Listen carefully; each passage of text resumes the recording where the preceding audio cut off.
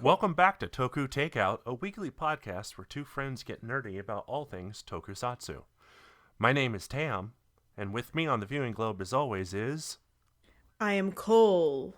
This week on the podcast, a little history on the father of Kamen Rider and Super Sentai, and I introduce Cole to Choei Yusai. We'll also continue our watch-along of Pirate Sentai Gokaiger.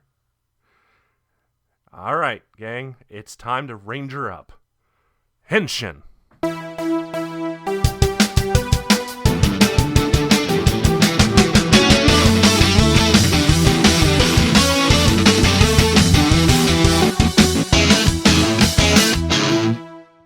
You can find Toku Takeout on your favorite podcast service or directly on tokutakeout.com. Hey, how about that new theme song? Ooh! We got that from a friend of the show, Katie B. Oh, yeah. Thank you very much. You can find her on Twitter at K8TBENOIT. I really have to thank you. We both love it. I hope you love it too, guys. I don't say things shred very often, but like, ooh, it's so good. So good. So good. Thanks again, Katie. All right, we're changing things up again this week, just trying something new. Feeling it out. We're going to introduce, we're going to introduce a kind of a new topic rather than doing the weekly kind of how you doing. Because I don't want to know, Tam. Yeah, it's been a week, and we don't want to talk about that. Yeah. But honestly, what it is we call the show Toku Takeout, and we spend the majority of the show talking about Super Sentai. Mm-hmm. And we were talking about it, and we both kind of agree that we want to be able to get into other Toku subjects and Toku-related things. So what we're going to try to do this week, and if you all respond to it, we'll continue to talk about Toku-adjacent subjects and then jump into the watch-along. So I hope you enjoy. This week, we're going to talk a little bit about a mangaka named Shotaro Ishinomori, also known as the King of Manga. This is a guy who briefly worked under Osamu Tezuka, you might know him from creating Astro Boy. And Shotaro Ishinomori would create a manga very popular called Cyborg 009 or Cyborg 009. Mm-hmm. The manga was first released in 1963 and was the first superhero team of Japan. Something you might find interesting about it is that it was science fiction, and it dealt with humans who had accelerators installed to turn them into cyborgs. As one does. Right. Just as we all have seen happen. Mm-hmm. And using his artificial muscles, he could suddenly move thousands of times faster than an ordinary human. And it would turn out that each of the cyborgs, each had a enhanced ability, whether that happened to be speed or flight. But the topic of becoming a cyborg would come back in the future, when Ishinomori was working on something with Toei. Toei, you might know, is the production company who creates both Kamen Rider and Super Sentai, along with a bunch of animation. Mm-hmm. Things like the original Go Lion, which we got as the original Voltron, was a Toei animation product. Right. And Ishinomori would actually work with Toei Animation as they adapted some of his manga work, including Cyborg 009. When they were kind of working together, he joined a creative team under a producer who wanted to create a new special effects heavy show for children on television and could compete with Ultraman. Which, that's, like, such a undertaking, I feel like. Like, as far as, like, resources and everything. To be, like, cool. Like... Definitely. Because if you think about it, this was basically 1971. I'm trying to think of what you could say. I mean, you would take something like, okay, let's say you take the production of Three's Company, right? Right. And you're like, a guy who's worked on Three's Company, you were a producer on it, and you turn around and you saw Batman with Adam West. Mm-hmm. Like some reruns or something, and you're like, you know what we should do? We should make like a 50-plus episode weekly series where we not only take Batman, but we do motorcycle stunts and we develop brand new rubber suit monsters of the week. Yeah. I want to be in that room, that meeting room. I would love to see what drugs they were taking when they decided that they could do that. But they did it. Shotaro Ishinomori took an earlier manga of his called Skullman and brought it to this team, and they wanted to adapt it, but in very early kind of talks, they talked about how they thought having what looked like a living skeleton suit would be too scary for the kids they were targeting. And they told him to kind of go back to the drawing board. As I understand it, Ishinomori asked his son, what are kids into? And the kid answered that... Go to the source. Exactly. And his son said, bugs. We love collecting bugs. Which, as an aside, would also later inspire a little franchise called Pokemon many years later. I've never heard of it. Can you... No, well, that's for another time. I mean, no one talks about that. Yeah. But it's like, great, bugs. What's a scary bug? And again, goes back to his son. What is the scariest bug you can think of? And the son says, grasshoppers.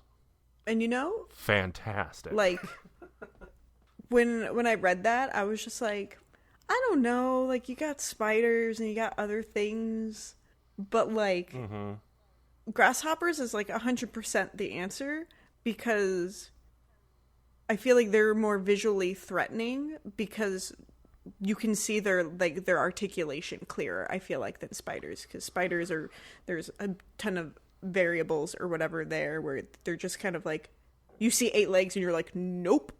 But like grasshoppers, you can see their mandible and you can see their legs and you can see like the texture on them. You know what I mean? You can see the little, like 100%. That's the right answer. I'm definitely okay with them being around me, but like.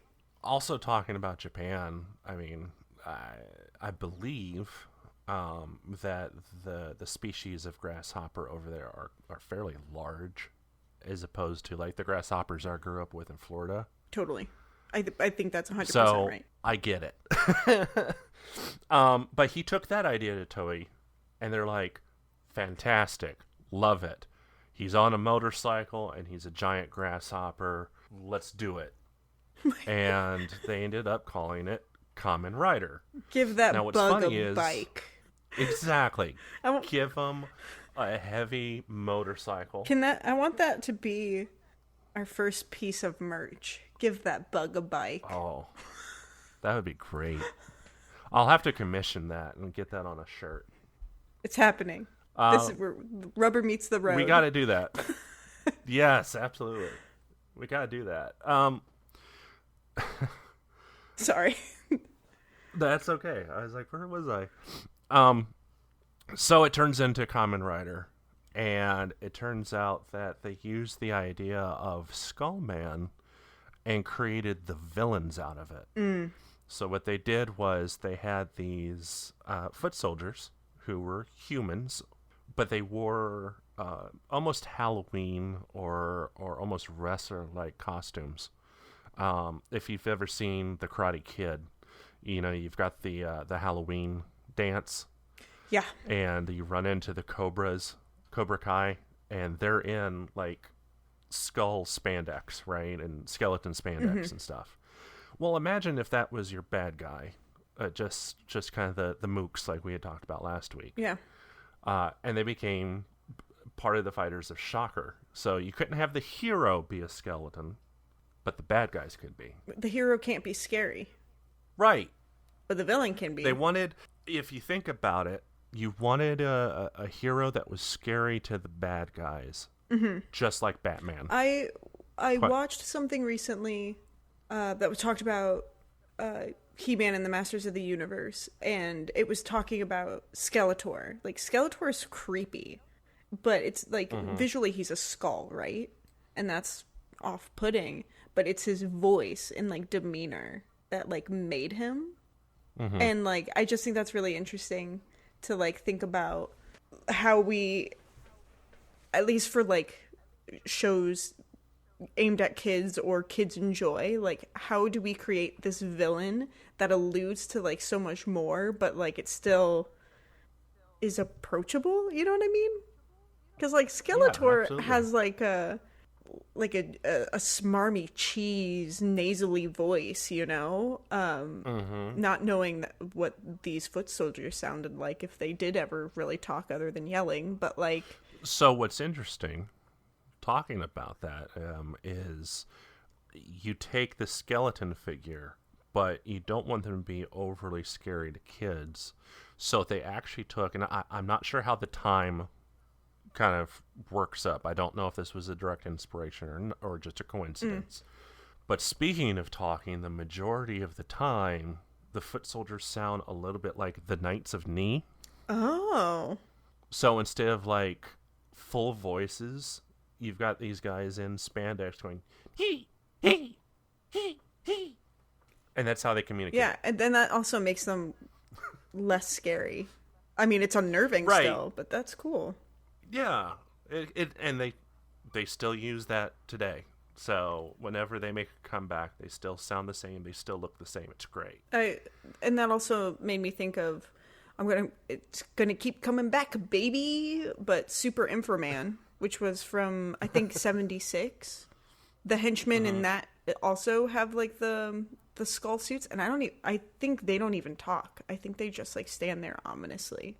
But I just with it being like, I don't know, 5-6 years after this, I don't know, I thought that was interesting because it's definitely henchmen. I don't know, slap a skeleton on it and spooky. I would not be surprised if it were directly influenced by it, because Kamen Rider was huge. Yeah. The first season of Kamen Rider ran from April of 1971 to February 1973. Yeah. It had 98 episodes. Whoa. Huge success. Yeah. Yeah. Safe to say. One thing I do want to comment on it, though, as well, is that after kind of doing the pre-production and production work to get the show kind of off the ground, Ishinomori actually went back to his manga. Sure. The show production went in one direction based kind of off this Bible and kind of off these ideas he had. But I don't know how the rights worked out. He was allowed to go back and make a manga. Which is awesome to have like creative freedom like that. Yeah, exactly. And it's really interesting to see the differences, plus the similarities. But at the end of the day, Kamen Rider is kind of a brash, young Japanese man, very smart, turned into a cyborg, not unlike Cyborg 009. He gains basically a wind-powered turban belt buckle that powers super abilities like being able to jump really high, being able to survive long falls, having extra strength. Yeah. I would like all basically this. Just became a very strong man. Cool. And a really good show, and it's a series that continues today. That was successful enough that in addition to going back to other manga, a couple of years later, Toei reapproached him and said, "You did good there, but now we want your help creating a team of heroes." Done. And he's like, okay, we could make this work.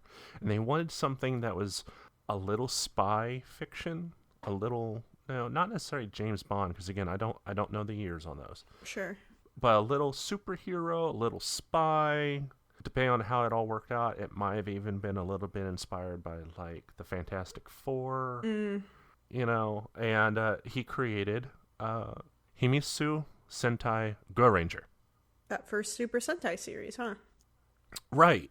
It was the very first, and actually they didn't even call it Super Sentai at first. It was just a brand new show, but it ran for 84 episodes, so clearly it did pretty good. No kidding. And this was, the plot of this was basically world peace is threatened by a terrorist group. Sure. And relatable. They send operatives. Exactly. Kind of timely, actually. The Black Cross Army, they call them. That's oof. Sends 5 operatives to destroy the Earth Guard League branches in Japan, killing everyone except 5 agents. And those agents are then summoned to a secret base and recruited to become superheroes. But what's different this time is they aren't cyborgs. They're given special battle armor. Yeah. I also would like that. Yeah. It's kind of, and it's a little, I would almost compare it a little bit to like Thunderbirds. That's literally what I thought of. Yeah, it's a little bit like Thunderbirds, but instead of being puppets, these are grown people, and this is pre-spandex, so they're in like wool pajamas, I guess. But it's what would become Super Sentai a couple of years later after Toei and Marvel teamed up. Which is another story for another time, but yes, I do mean that Marvel. But yeah, so we can really thank one person, really, just a kind of a fairly humble manga artist and writer named Shotaro Ishinomori for creating what would become 2 of Japan's longest lasting and most popular franchises. So good. And basically leading to modern tokusatsu with the direction of Toei. It's really cool, and this is by no means a in-depth look at this. And if I got anything wrong, please, I apologize. But I really recommend people look into kind of his work and his life story, because he created probably hundreds of manga in the time that he also helped create what was essentially Japan's modern superhero as a competitor to Ultraman. And kind of to himself in a weird way. Yeah, exactly, because he had created Cyborg 009, and he had also created a couple of more things, like another show that, or he created 2 mangas that would also become their own shows, Android Gokaiger and Inazuman. So, I mean, he kept creating manga and superheroes. It's really wild stuff, and it's really cool to get another approach on that. Totally. The last little tidbit I'll leave out there for our listeners, coming from the Western world, in the 90s, Nintendo Power would publish monthly comics based on The Legend of Zelda: A Link to the Past. That it was an original comic, loosely based on the game, but it was written and illustrated by one Shotaro Ishinomori. Yeah, this is the first thing that came to mind when you brought his name up, is because I have like a reprinting of this. So, and you're like, well, you were like, click on his name. And I was like, okay. And then I did. I was like, holy crap. I was like, okay, it's go time, apparently. Oh, boy. Yeah, absolutely. He was also involved with the recreation, like the relaunch of Kamen Rider, with Kamen Rider Black in the late 80s. So this is a guy who kept busy. Yeah. No, but we can thank... I don't know if he did, to be honest with you. But this is a dude that I have to credit. I think a lot of the world needs to credit him for creating these really awesome Japanese superheroes. I mean, he rose to the damn challenge. Totally. That's my little bit of like history, a little tokusatsu history this week. But the other thing that was really cool is that I introduced you to a little thing called Cho Eiyu Sai. Sure do did. You want to talk about that a little bit? How do you condense the visual and audible extravaganza feast that is, what is it, the Super Sentai X Kamen Rider X Super Sentai live show? Yeah. I'm so flustered. It's so I love watching. I said this yesterday. I love watching Eurovision. When I watch it live each year, it's an event. It's usually a day, but it's like a weekend for me because I only watch the final thing. So I love to just be blasted with magic and positivity. And this had a similar vibe. Like it was like, I joked that it was like Japan being like, yeah, we don't need Eurovision. We have Kamen Rider and Super Sentai. Look at us. Look what we can do. And do you like 80s hair metal? Because we do. And I was just like, yes, I love all these things. Let's go. And then we started at the beginning of the show and it was like, cool, this is fun. And then all of a sudden it was theme songs and rangers dancing or fighting. And I was like, what is happening? And I have no idea who half these performers are, but you betcha buns that I've been looking them up on YouTube and listening to more performances. But it was really cool to have like Gokaiger come out because you had the person in the suit as Doc, like being really dorky and cheesing it up and marvelous, just like wasn't happening or like having it. And yeah, like I can't imagine being in an arena where like these are themes from children's shows and like you're like, I feel lame, but you're like rocking out. Like I was so jazzed watching this. I loved it. And like you could like the performers, you could tell, are like vibing off of each other and like getting into it, and the crowd is losing it with their like light rigs, you know? Like, yeah, I mean, and they got lasers everywhere. Totally. And if you were to be like, because you were like, we're gonna watch this, and I was like, watch what? You're like, just watch it. And I was like, okay. And it turned on, and I was like, oh, okay, cool. But if you were to say, hey, would you like to watch this musical extravaganza show? I'd probably be like, or like the themes of the shows that I've never seen, I'd probably be like, I'm good. Like I don't care, I guess. I don't have a context for it, like whatever. It doesn't matter. It was so fun. like I mean, so many of the performers were great. For anyone who hasn't heard of this yet, and that's going to be most of you, I think. Every year Toei, I guess, puts on an arena concert and talk show, they call it. So they get the casts of the current Kamen Rider and Super Sentai shows out, and they do like an hour and a half where they just talk to the actors and cast. And then they follow that up by putting on a concert, a freaking rock concert. Like, and it's theme songs and ending theme songs for shows aimed at little kids. And honestly, if I was like a 7-year-old or 8-year-old in that arena, like at the pace of these songs coming, well, not even the pace of the songs, but like, I mean, it's the songs roll into each other for the most part. And like, if I was sitting there as an 8-year-old and I just saw like all these heroes that I looked up to, like, I think I would genuinely explode. Absolutely. I mean, we don't have anything like this. We were talking about Disney on Ice. You've got, yeah, exactly. Yeah. Disney on Ice or, some of the touring arena shows for things like Veggie Tales or back in the day with Barney. Like, you had these like low key, fairly low energy, very soft kind of almost lullaby type shows. Lasers. And over here in Japan, they've got lasers. They've got a rock show. They got, people in leather singing and rocking out.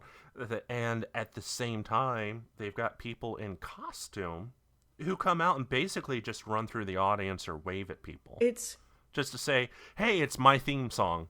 Great to see you. Bye. And they're gone. Yeah. But then they also mix it up by doing little fight demonstrations, like the live fights that they do for Sentai heroes and Tokusatsu heroes. So you get demonstrations of stunt work, basically, in full costume. You get the rock show. You get the cast. I mean, it's a show and a half. And to think that it's, again, kind of rolling back, these shows are aimed for kids that are like 3 to 10, maybe? And me. But the songs are amazing. It's the attention, like, when the singer comes out, like, straight up, they are rock stars. With their, one, profession, but their performance and everything. And a lot of it reminded me of, like, Aerosmith. Like, you had the one gentleman who had the microphone on the stand that he would twirl around with, like, the sashes on there or whatever. But a lot of them also were like, no, this is, like, my lead guitarist, who would also kind of come forward on stage as well. And it was, like, Joe Perry there with Steven Tyler. And I'm just like, what is happening? And then it's like, a lot of the songs had, like, either, like, kind of a more, I would say, like, early 2000s emo pop punk vibe, or it was just like 80s hair metal and Aerosmith and Motley Crue and Poison, and I was just like, this is everything that I love, but I just don't know the words. But then, yeah, it's just like this. The whole time I was like, I don't even know what's happening. And then there's the lighting too. Like, yes, there's laser beams, but they're also like backlit in a weird way, where they also kind of they're screaming their rock songs, but there's like this weird like ethereal backlighting to them as well. That's like, like there was the one guy that I was like, oh, it's Titus from Final Fantasy X. Wonderful, he's come to save us.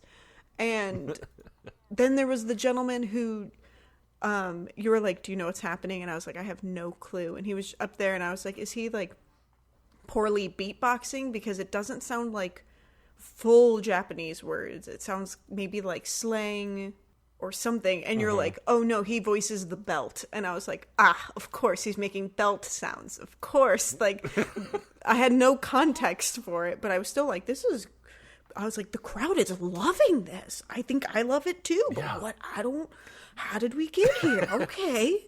Yeah, absolutely. The crowd ate it up, and I was just sitting there with a huge grin on my face. Like, I get it. You didn't have the context for it, but you were silent for so much of the show.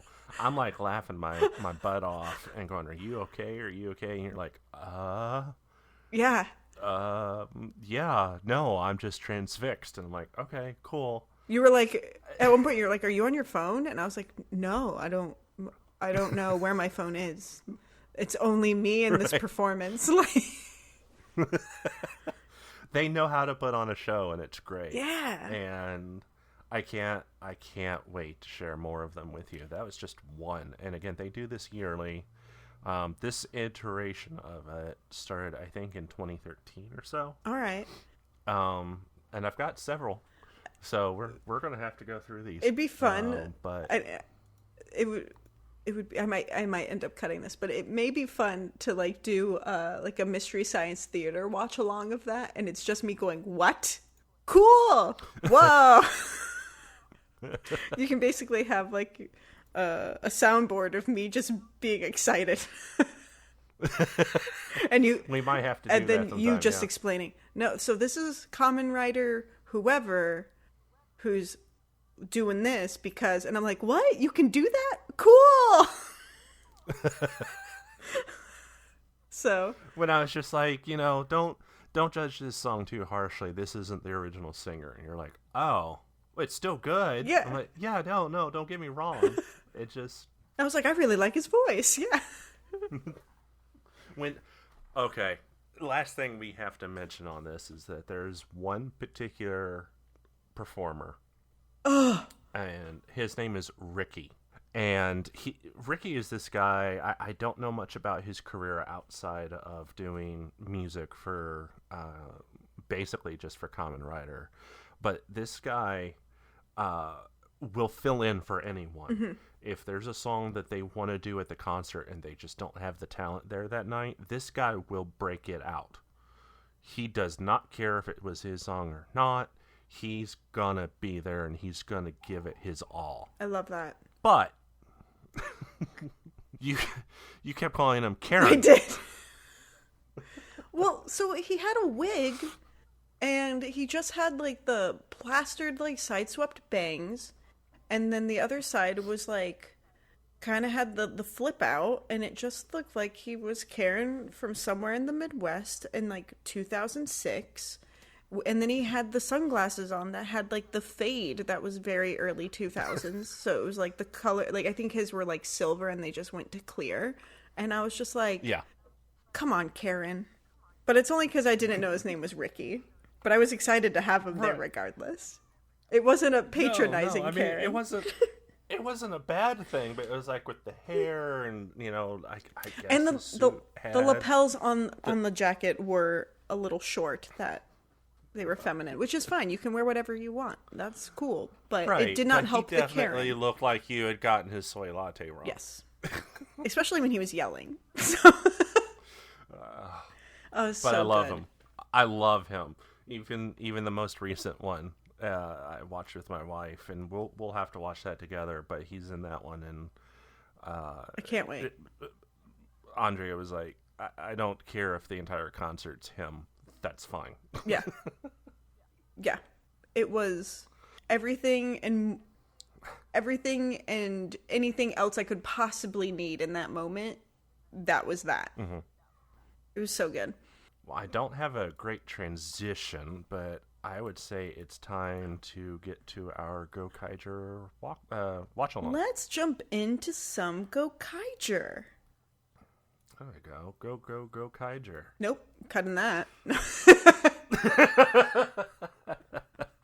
Go for it. No, I'm going to leave it in. And I'm going to leave in me ribbing you.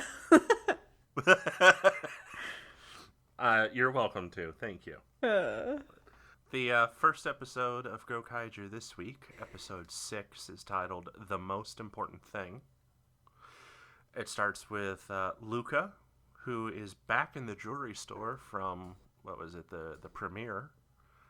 And she's looking at a ring she likes. And a young woman barges her way in, shoves Luca out of the way, and says, "I'm buying everything in the store."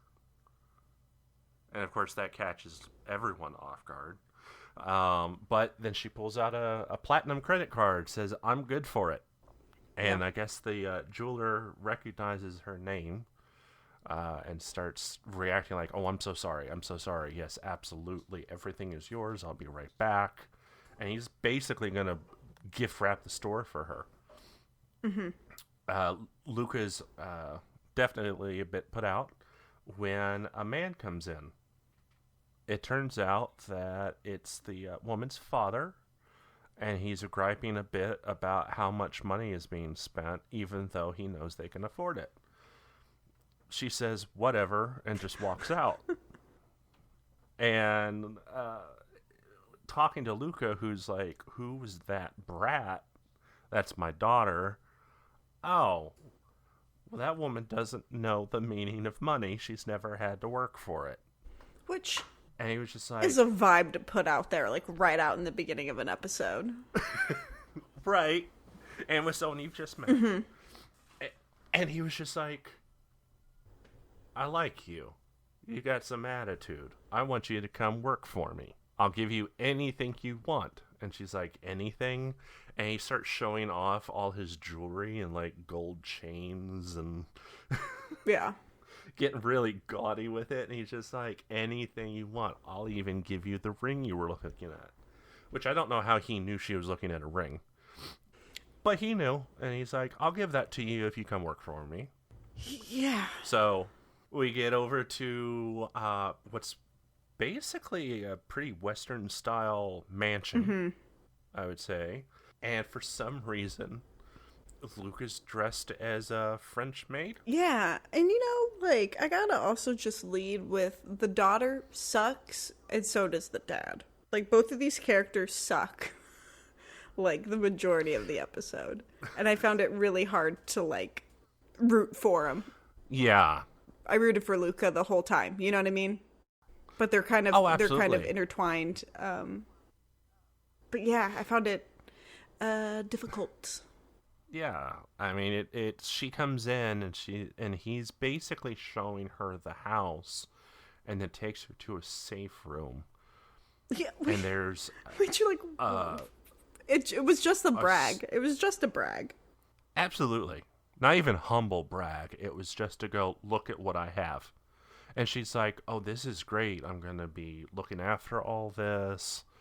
He's like, and here is the cause of my riches, and it's like a little, I mean, it's basically like a bonsai tree made of pure gold, and it has little golden fruit that falls off, and I guess he's mentioned something about how it's gold, and it keeps producing solid gold fruit, as a gold tree does. Yeah, infinite riches. And she's like, "That's great. So you want me to guard this?" He's like, "No, I'm just showing it to you. You're going to watch my daughter."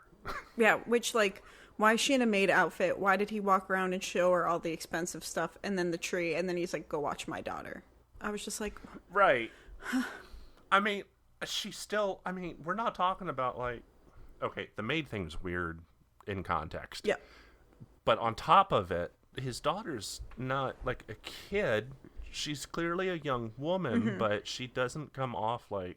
She comes off like a spoiled brat. I think it's more of she needs supervision because if she goes unattended, she goes on a shopping spree. That's how I took it. I would agree with that. Where it's like, why? Yeah. But I still, like, the maid's outfit seems weird. Especially, like, I feel... if you were to be like, oh, one of the Rangers would wear a maid's outfit, like any of the 5, I wouldn't choose Luca for it. Mm-hmm. Probably Doc. Or Joe, to be honest. I guess.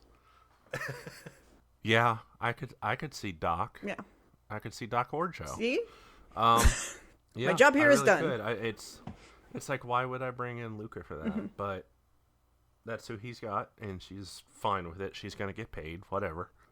And she, I guess, starts cleaning up the girl's room at first. Like, I guess I'm here to be a maid, so fine, I'll clean her room. Mm-hmm. And she grabs what looks like this tatty rabbit plushie. Yeah. And starts to throw it away, and the girl comes into the room and sees it, and she's like, "Get out. Don't you ever touch my stuff." And she's clinging to it, so it's clearly very important to her. But we don't know why yet.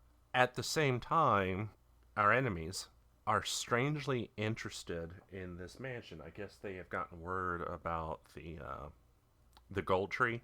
Yes. And send an action commander down to go get it. His name is like Nanu... Oh, no, I forgot it. Nanoda. Nanuda. Okay. So, I don't... Can you... Maybe you caught it. Do you know how the evil empire knew of the gold tree? They were just like, there's a gold tree, we need it. So I don't know if I missed that, or if they just... We did not need that for anything other than they wanted it. Yeah, I don't think that they really did a great job of establishing how they knew. Yeah. But it was just something that they saw and also wanted, because I guess all of the destruction that the pirates were responsible for cost a lot of money, and they wanted a gold tree. That's fair. There's when Luca goes into the room to see the gold tree or whatever, she goes to walk forward and he grabs her, and he like does he just put sunglasses on to show that there's like a really sophisticated security system that's protecting it? So the Empire has Nanudo show up, who I don't really understand the character design, but I really like the character of this villain. Yeah. Because he's like, I feel like the last few we've had have been very, very serious. And this one's like a little, like, obviously has a mission, but it's a little quirky and kind of has like, looks like maybe a little bit of circuitry and a lot of like cables and whatever, and is like a little amoeba-y. I don't know. He seems definitely like biomechanical. I don't know. He's cool. But yeah, he creeps in. He's just like, I'm gonna go get it. I'm the best. Look at me go. So he immediately starts off in front of the mansion, and I have to highlight this. This is such an aside, but he's just like, I'm so good at this, and immediately gets hit by a car, and he's just like, I should have gone invisible when I got to the mansion, not in front of it. Like, it was so stupid. But I think that was like a really bright moment for this episode, and like I think part of this season is like the tone is a little bit more lighthearted than other seasons. I don't know. There's a very, I don't want to say carefree nature of it, but I don't know. I appreciate its lightheartedness, especially right now in my life. But he quickly gets into the mansion. We kind of have a jump cut where he's shimmying and twirling to dodge all of the laser beams, and the daughter of the man with all the money, I don't think we ever get her name, she basically is just watching him, and Luca like walks in her and is like, you good? And she's just like, yeah. And she's like, oh crap, this is happening. And then does Luca just jump into action as Yellow Ranger? So what happens is Nano gets caught, realizes he's caught, and he accidentally activates the laser system, and he's forced to run outside the mansion.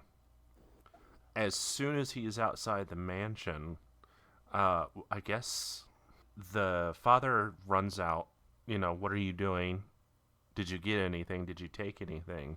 And Luca runs after him because she recognizes, hey, this is an action commander. So she's still in her normal outfit at first, but realizing kind of what's going on, the action commander starts to attack the dad, realizing that he could probably force the dad into it. And there's this great moment where Luca's like smacking the guy around a little bit, but she will also allow the monster's like hands like tickle and scratch at the guy. And she's like, I didn't sign up for this, but if you want, you could pay me and I'll get rid of him. And the guy's like, yes. I'll give you 10,000 yen. And she's like, huh? And it's like not doing a real big job to keep the guy off of the dad. And each time she's like, what about now? I don't know if I can hold him back. He's so strong. The guy's like, I'll give you 500,000. She's like, huh? Yeah, she's like in complete control of the situation too. It's so, this episode's like real good. Like, even though I don't care about the overarching narrative necessarily of this one, because the characters kind of suck. Like, I really care about Luca. Like, I'm so rooting for her and kind of exploiting this kind of dingleberry of a guy. Which is... Yeah, it comes back to that confidence. We were talking about it while we were watching it, that she's basically a female counterpart to Marvelous. She's very confident. She's a good fighter, and she has, no problems basically needling someone for cash. Totally. And the guy, I guess, is like, I'll give you 1,000,000 yen to get rid of him. She's like, all right, that's what I'm talking about. And she transforms. And then he's just like, what? Right. The dad's just like, I didn't know you're one of those pirates? And she promptly kicks Nano's butt. So quickly. He just blasts off like Team Rocket. The henshin was definitely just for show in this moment. Yes. But what's really kind of interesting is at the end of this fight, the dad basically just jumps up and starts asking if the tree's okay, and he runs back in to try to check on the tree, and never thinks to check on his daughter. Totally. And then we start to get this idea of the family where we're like, oh, okay, so she's not a spoiled brat. She's neglected. Acting Yeah. out. Kind of an interesting little subset. They also basically, Luca's back on the ship at night. She's talking to Joe, and they're talking about her new job, and she's like, I did this, and I'm getting the money out of it. And Joe basically says, I get it. You're obsessed with money, but you've told me in the past it's because you have a dream that you need that money for. And they gave us a little flashback of like a younger Luca, basically kind of in a place that's really run down, possibly even like kind of I would say like blown space up, ghetto, like just concrete wreckage and debris. Like it made me think of the future scenes in the original Terminator. That's what I thought of. Yeah, I kind of agree with that. So, and they show kids too, kids in this kind of world, this kind of post-apocalyptic world. So clearly, you get that little heart of gold moment there. That that's why she's so money hungry. Something about she came from like a really beat up, war-torn world and took care of kids. Oh. So, basically, to continue from there, she will confront the daughter. Hey, why did you not allow your dad to know about the intrusion? Why were you just watching the monster? And the girl kind of denies it, but she kind of understands that, oh, okay, it was probably something to do with the money. Yeah. You didn't care if it was there or not. Pretty much promptly after that, there's another attack on the mansion because the action commander has come back with a whole troop of foot soldiers. Yeah. And they're here to get it. Yeah, I thought it was interesting with this episode too, just that like, the retreat was long enough to have just like this blip of exposition. Like we have like Joe and Luca like with her past, and then we go back to the daughter. Like this is like in the show fairly quick paced, and then it's just like cool and like it's go time again. And when I think of this episode, it feels like slow, like in my memory, but watching it, I feel like this episode moved really, really fast, especially from this point forward. Honestly, because at this point, when they're back at the mansion, Nanu Ka, or is that what his name? Nando Ka? Nanu Da? Nano Da. Or Nanu Do. Nanu, okay. Mork. Yep, you got it. Sets the mansion on fire. He's like, this'll get them out, and then I'll finally have the tree. And he's confronted by Luca, who's like, you idiot. If you light the thing on fire, it's gonna burn the tree too. And there's that great moment where he's just like, oh yeah. Oh no. Yeah. The dad runs out and basically gives Luca a $10 million yen check and says, I need you to save the tree. And you can tell that the daughter's kind of pouting about it. Doesn't he? She doesn't. His verbiage is weird. Like, I need you to save what matters most. Because the daughter was upset. She's like, oh no, because he doesn't. I don't think he relates to the tree. So then that's how Luca gets away with it. Like, you know what I mean? Well, he's like, you have to go save it. Gotcha. Without naming what it is, and she notices the daughter pouting and staring at the daughter. She's like, I'll go get it.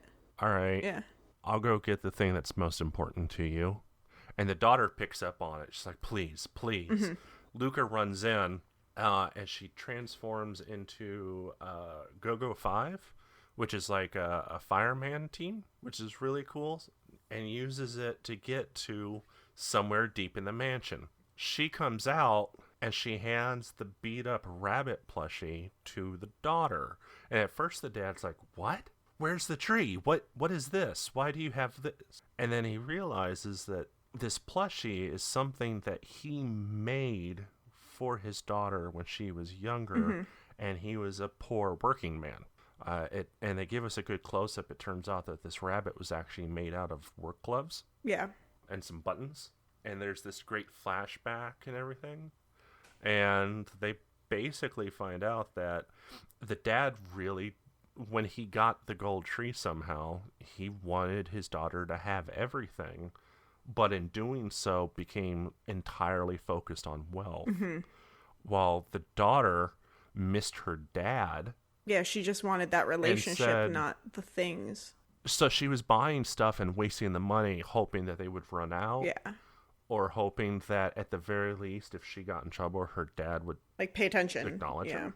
Yeah, really interesting little thing. Again, kind of tying back in earlier that this is a show for kids. Yeah. So that happens. The gold tree is melted in the fire because it was left behind. And as the father and daughter kind of reunite and reconnect, Luke is like, "Yeah, I'm no good at this. I'm out," and leaves.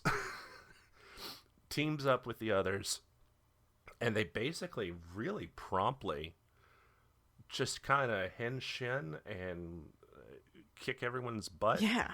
And kind of knock him into space. Yeah. Yeah, pretty much. And then they do a final wave, and okay, he's dead. He exploded. Great. So Insarn enlarges him, does the "make my monster grow" moment. A lot quicker again this week. Just as quick. Yeah. It's like, okay, Gokai Galleon, they combine. All right, let's just do the Deca Ranger keys again. Full burst. They get the Gatling guns out, explode the guy again, and we're done. Yep. And at that moment, they flash back to the father and daughter, and she notices there's something in one of the folds of the plushie, and it's actually the check for $10 million. Yep. She didn't even take the check. And father and daughter aren't totally broke. Yay. Not entirely sure how that works because you have to have the $10 million to write the check. Yeah, I also whatever. was like, well, maybe because she just didn't take it, so they didn't lose it. Yeah, okay. Because, like, they also have whatever's in their bank account, right? Unless he was just operating off the tree.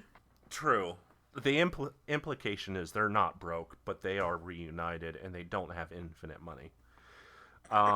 And they shoot back to the team, and they're all kind of walking away, and they comment, "Wait, you didn't take the check?"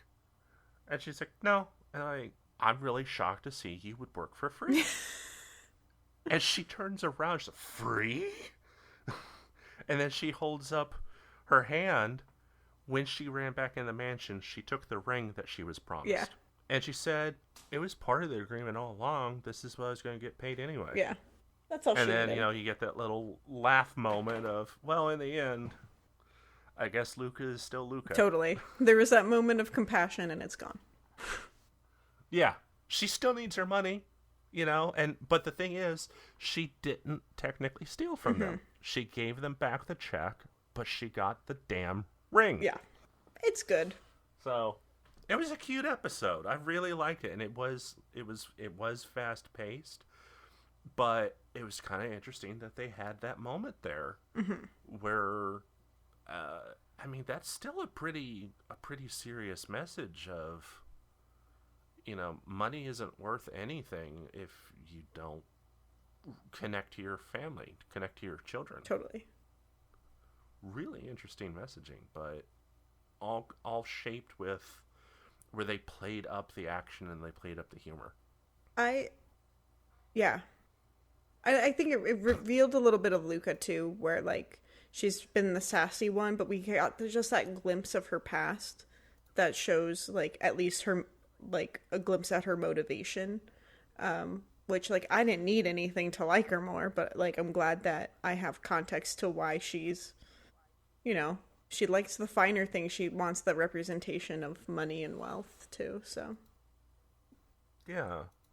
It's nice to give her a little bit of I mean, we're 6 episodes in, but they do give her, in context of the show, they give her a moment to show that she's a bit deeper than just a jerk who really wants money. totally, Which is cool. no jerks here. And, yeah. Speaking of jerks, we're going to move on to the next episode titled Niki Niki Kenpo Lesson. This is our treasure hunting episode.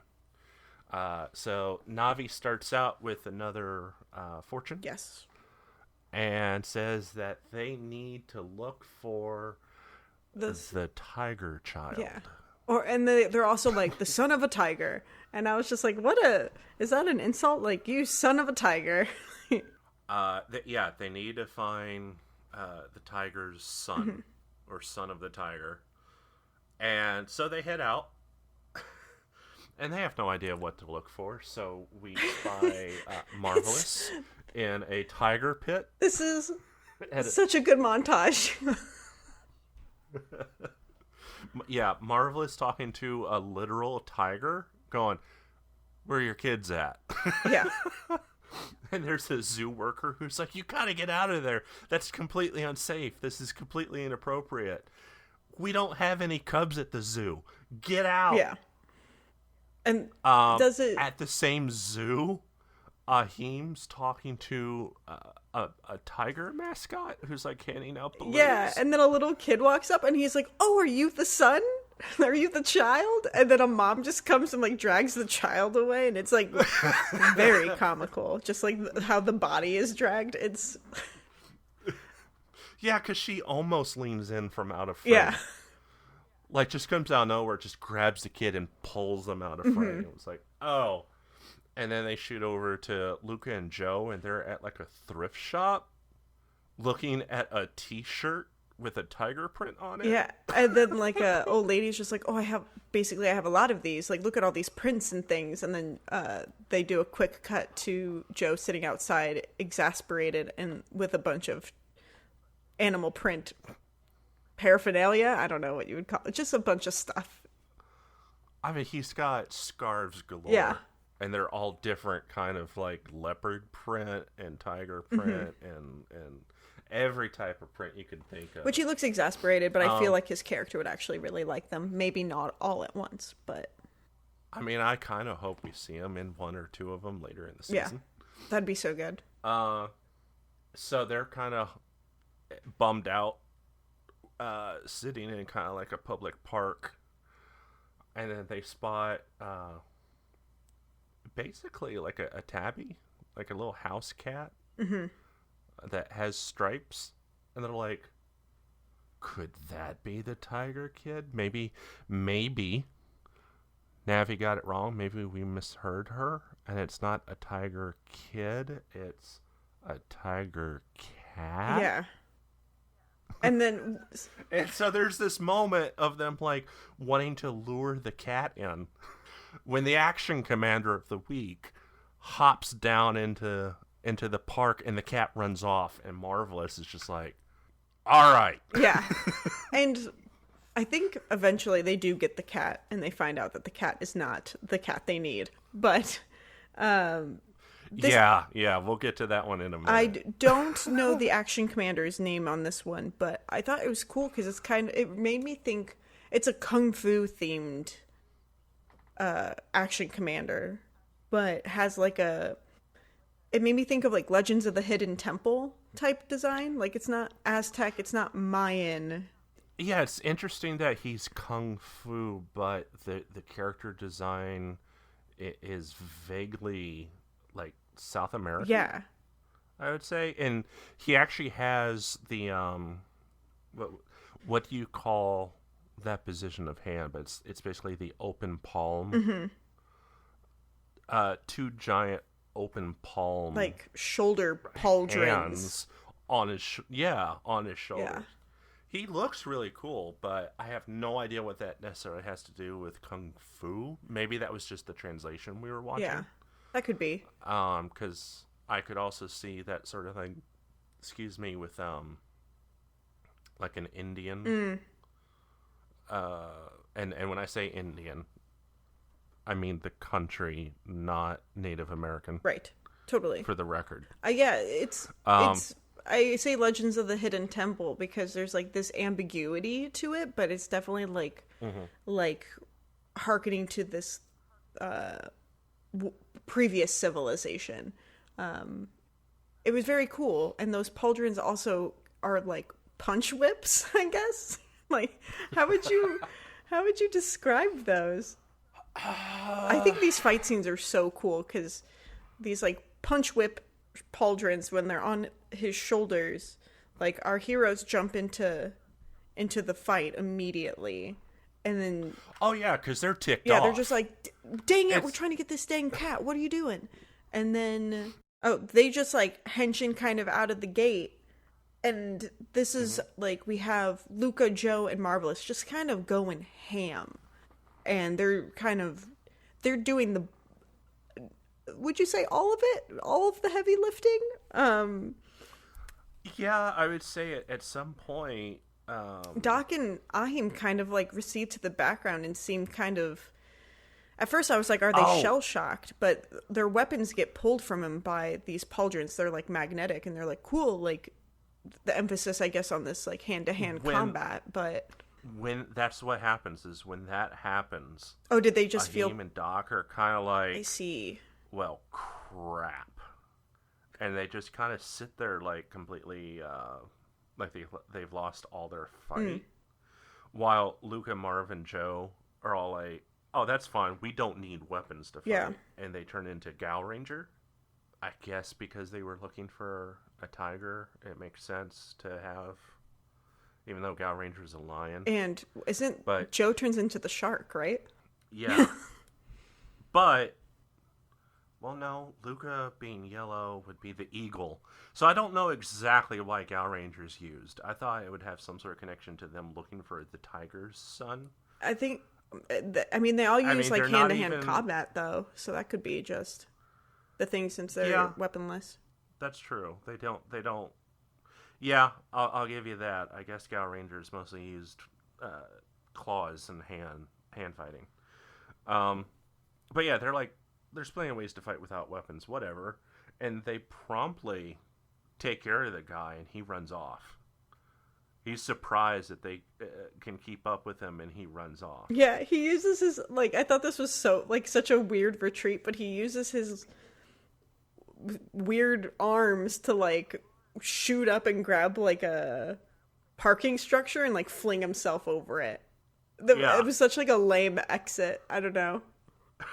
Like, wee! Yeah, just kind of flung himself into the distance. It's kind of interesting. Yeah. But immediately they dehinge in back to civilian mode, or whatever you want to call it. And the three are like, all right, back to looking for the cat.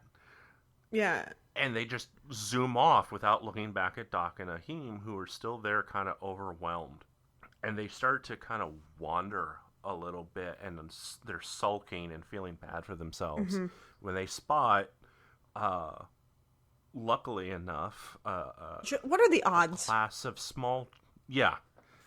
What are the odds? They find themselves near the water where there's a lesson being taught with a group of kids and what appears to be a kung fu master. Yeah. Who's showing them tiger style. Yeah. It was like some like southern hungar with some tiger stuff.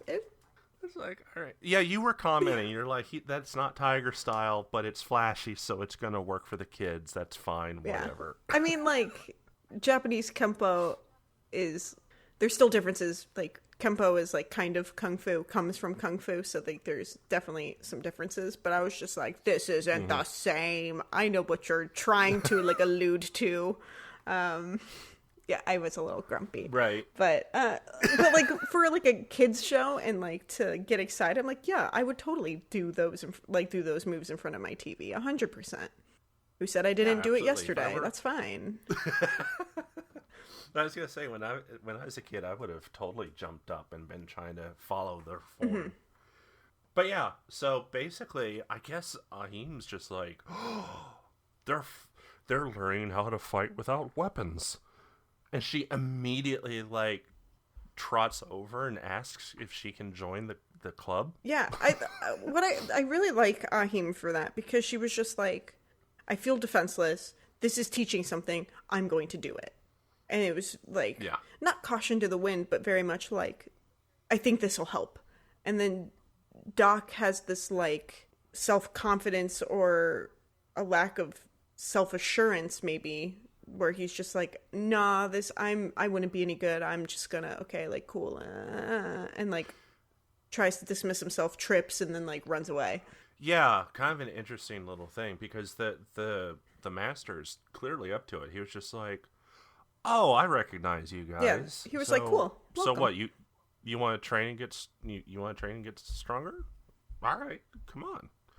Totally fine with it, but like you said, Doc was just like, "No, that's something new. I'm good." And he basically just runs off. Yeah, and we get a scene of him in the galleon, and like we have this flashback of Joe. He's always doing crunches, at least earlier in the episode, and Marvelous was wearing this bracelet, and Doc goes to pick it up, and he's like, "It's so heavy," and he's like, "Marvelous always wears this on when he's on the ship," so he realized that like the others are always training, even when they're relaxing, and he was just like, "What am I doing?" Like, I mean, he's cooking and fixing things, and he's like, I feel like very maternal on the ship for everybody else, but like he has this realization of like, I need to contribute more, like, for myself. And then he has this really doofy kung fu outfit and goes back to train, and he was just like, I'm ready. He had like 14 headbands on. I hated it. He's got the Chinese style top. Mm-hmm. I don't know what to call it, but it's definitely like a... They're like the button loop. I don't know. Yeah, it's clearly a Chinese inspiration though, but it's just like, okay, he's in it to win it. He's here. They flash back to the other three though. They have found the tiger cat. And it's that little cat that they had run away earlier. And they bring it to Navi, and Navi's like, "What is this?" Yep. "What are you doing?" They're like, "We found the tiger kid. They're the tiger cat." And Navi's like, "Tiger cat?" Nope. Like, I said tiger kid. Yeah. The tiger child. What? They're like, oh. And the next thing you see is like Navi is just like slumped on the chair, and the cat's licking her. I hated it. I hated it so much because it goes on for too long and the sounds are gnarly. Yeah, I didn't like it. Yeah, a little bit. But it was funny. Yeah. But then it jumps to like It was just Marvelous that... being like, okay, I'll get rid of the cat. And he just like picks up the cat and walks out of frame, and there's no more cat. Like, right. Knowing Marvelous like, is like, what did idiots. you do with the cat? Like, probably threw it out a porthole or right. something. But you come back, Joe is into the training, and Ahim, who has been there, I presume, since daybreak, she's actually doing pretty good at following the rest of the class and following the master in the moves, and in the form. And Doc is catching up. Ahim doesn't know how to make a fist, though, so there's that. True, you did bring that up. She wasn't doing the fist right. Her thumbs.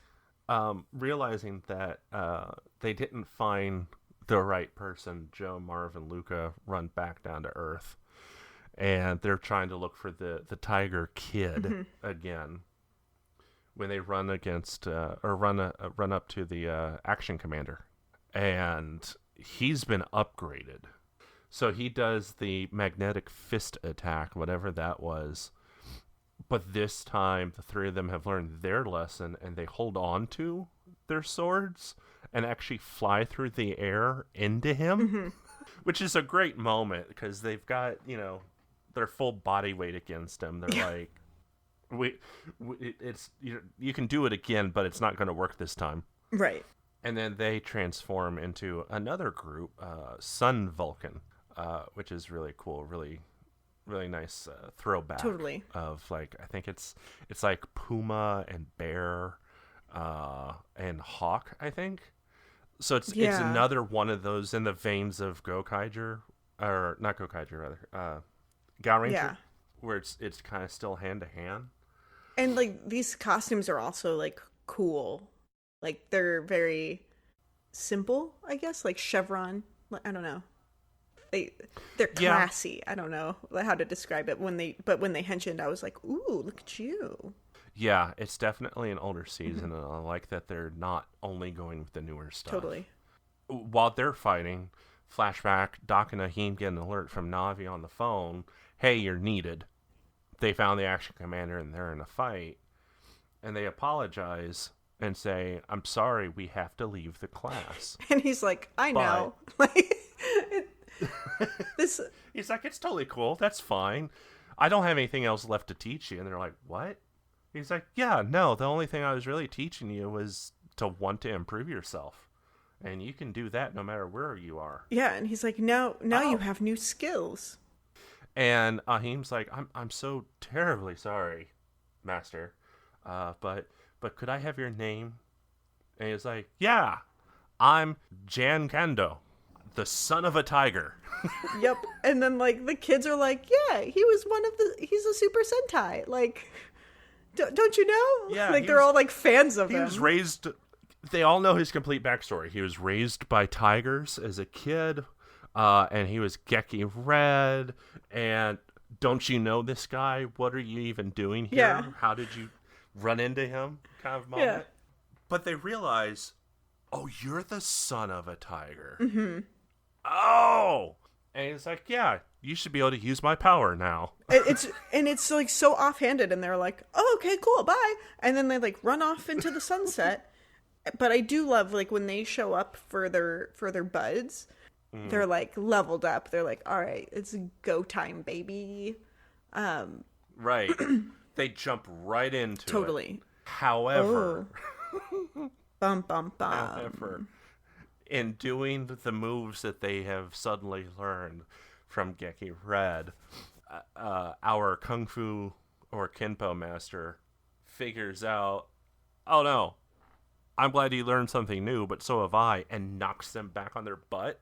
However, unlike last time, they've learned, and now they're committed. Totally. And determined to beat this guy. They aren't worried about themselves anymore. And they get the bright idea, hey, let's henshin into Geki Ranger. Yeah. And it's like ding, ding, ding. Right. They all transform. They've got the power. Everything's great. And they do this great. I mean, they immediately jump into like another final attack where it's like almost like a concussive blast against the guy. Yeah. But it's pretty wild. Yeah. They do that, and then Ahim and Doc launch themselves at the guy and break the giant hands on his shoulders. And this was so cool. Like, I was just like, oh, like, look at you go. Like, you don't have the confidence. You train. You get the confidence in yourself. And then you see, like, you get the manifestation of that. Like, you literally crumbled him. Like, he's not defeated yet, but you have that, like, reassurance in your actions. I don't know. I was just like, ooh, that's, like, a good, like, period at the end of this sentence that they added. Yeah. Absolutely. Mm-hmm. And they kind of rose to the challenge. And it's all because they didn't doubt themselves so strongly. Totally. Really loved that. And then they just kind of wrap up again where they do a final wave. This time they use guns. He blows up, grows giant, and they immediately grab the Gokaiger galleon. They combine, and they launch into the final starburst, which is the one where they have the big cannon shooting everything. But the enemy is able to block with the force of his cosmic Kenpo. Of course. I wish I had some cosmic Kenpo. And Doc's like, I know. Let's use the Geki Ranger keys. Yes. And Joe, This is my favorite. Luca, and Marv look over like, what? Yeah. When did those get activated? And they're like, yeah, we met the son of a tiger. It's totally great. Yeah, Don't it was worry just about like it. But here, let's use it the was very keys. much like, long story, don't worry about, let's do it. Right. This is not the time. We'll talk about it Yeah. later. So they activate the keys, and what's really cool is when the compartments open this time, instead of having a car or a tiger attached to the chest, they have the spirit animals from Geki Rangers, so giant forms of the different cats. And is it a and rhino? different animals. Yeah, I think white's a rhino. Yeah. Basically, and purple's a wolf. Oh, okay. I didn't know that. But yellow, red, and blue are all different types of cats. Cheetah, tiger, and puma, Cool. I think. And they all just kind of fire out the spirit energy. It's super and cool. run straight through the guy. It's a great effect. I really like this. Like, one, it's like a way shorter attack versus the dang car that just and like flew around and went up buildings, and you're like, okay, like, get to the point, go attack him. Like, just, he's over there. This one was just like, I don't know. This one was cool. I mean, I actually appreciate that they didn't get like another vehicle out of it or another form out of it. That we know of yet. Yeah, true. But I kind of appreciate that they tied it into... I haven't really watched Geki Ranger, but I do know that they had attacks that would unleash the spirit animals. Cool. So it's almost like, as the team, they also gained the Kenpo energy, which is really cool. Yeah. But they also cut back, and John is watching the fight finish, and next to him, they don't introduce the character. It's Weird Cat Man. Cat? It's a weird cat man with little paws for hands. Yeah.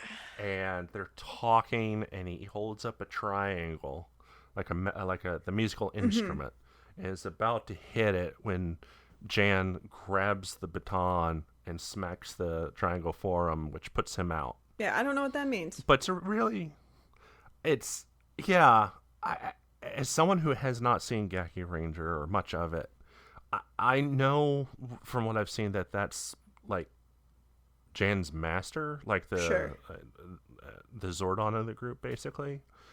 But they don't do anything for the audience to introduce them. I'm assuming that Geki Ranger was probably pretty close airing to Gokaiger, and they just assume everyone knows who That's fair. the master was. But it's a really cute little moment of reflection. Yeah, they're like, know? There's definitely like a relationship, like master student between the two, but it was like the triangle that I was just like, what is this? Yeah. Don't quite get the triangle, but we would probably get that if we watched Geki Ranger. But Yeah, it's fun. but these episodes were fun. Yeah. Both of them, like, I guess both of them had slower starts, and then all of a sudden it just kind of pops off. I would say that kind of works for me. Totally. Though. I mean, admittedly, it means that what a lot of people might be here for, being the big mecha battles, don't last very long.